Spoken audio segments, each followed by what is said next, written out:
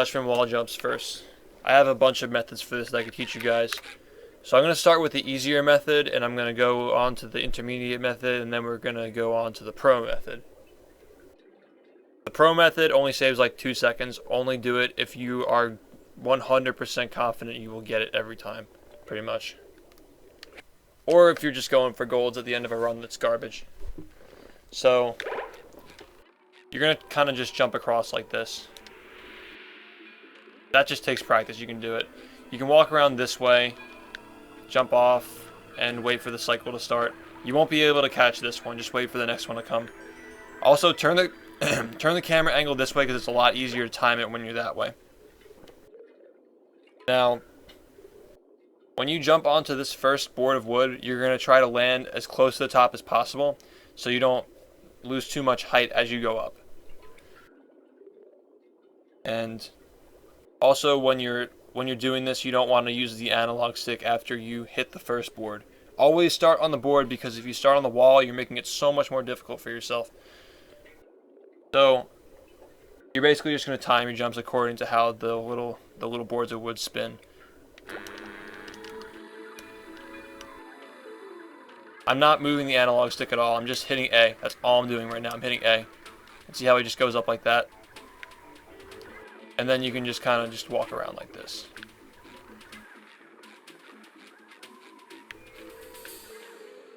Yeah, you can jump on this little thing right here. This little pole. That's the beginner method. Now, the intermediate method is very similar, but it's just faster. You want to catch the early cycle with the intermediate method.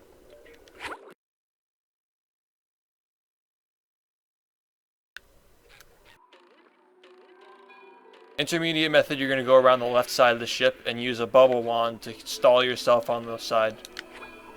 Like that. So you can catch the early cycle. Same method, just hit A.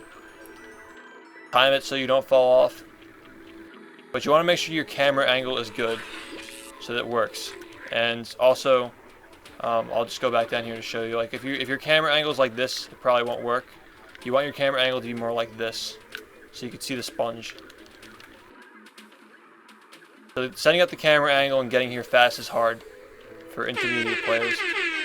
Now you just want to kind of jump off, bubble swipe, and go here, grab here.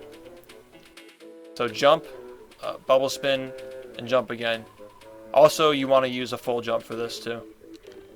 So you climb up, jump, bubble spin, and if you miss your jump, you're just going to fall. So I don't use this method anymore, so I've actually gotten pretty bad at it.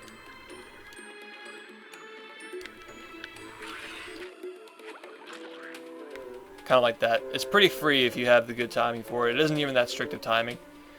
But basically, you want to jump on the corner of the little steel thing right there. This little steel thing right here. You want to aim for the little side on it.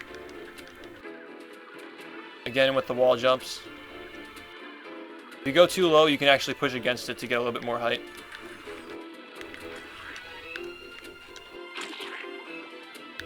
There we go.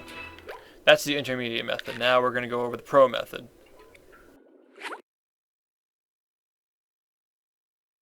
Significantly harder. But if you're consistent at it, it's probably better to use. So you're going to cruise boost on the stair here.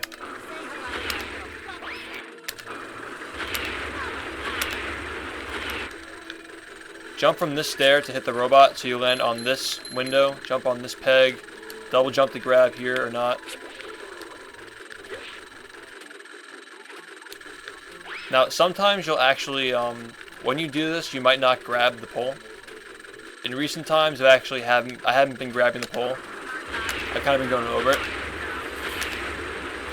So, I'm going to try to grab it, actually. But you don't want to grab it because you lose frames if you do that. You want to try to jump on the side here. But I grabbed it there. When you grab it, you want to just hold to the left so you can use the bubble helmet and slam. And bubble bowl into the spatula that's here, or you're going to fall.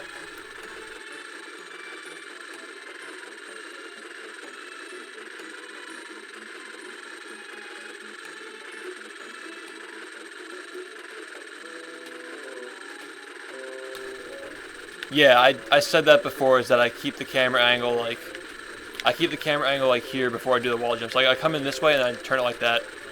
I always turn it quickly before I do that.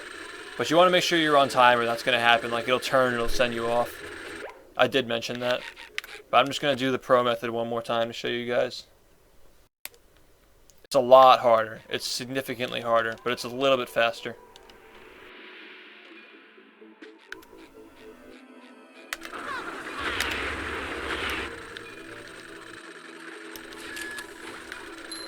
That timing is very strict, right there. See how I fell? Yeah. That's because I didn't, like, I'm so used to grabbing it and I didn't grab it.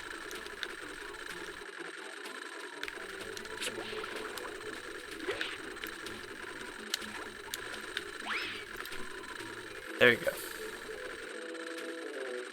Alright, see you forever, Anonymous. Can someone give me a time for that?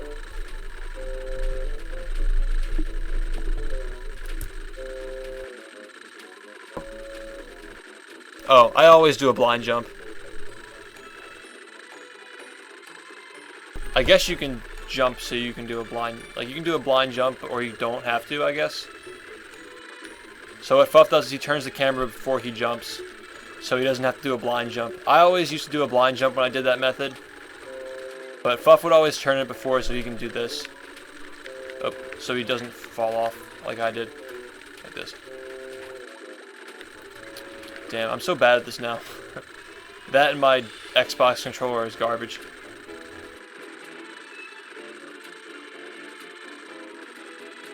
Yeah, I always used to do a blind jump, but what Fuff does is like he comes up this way, so... God.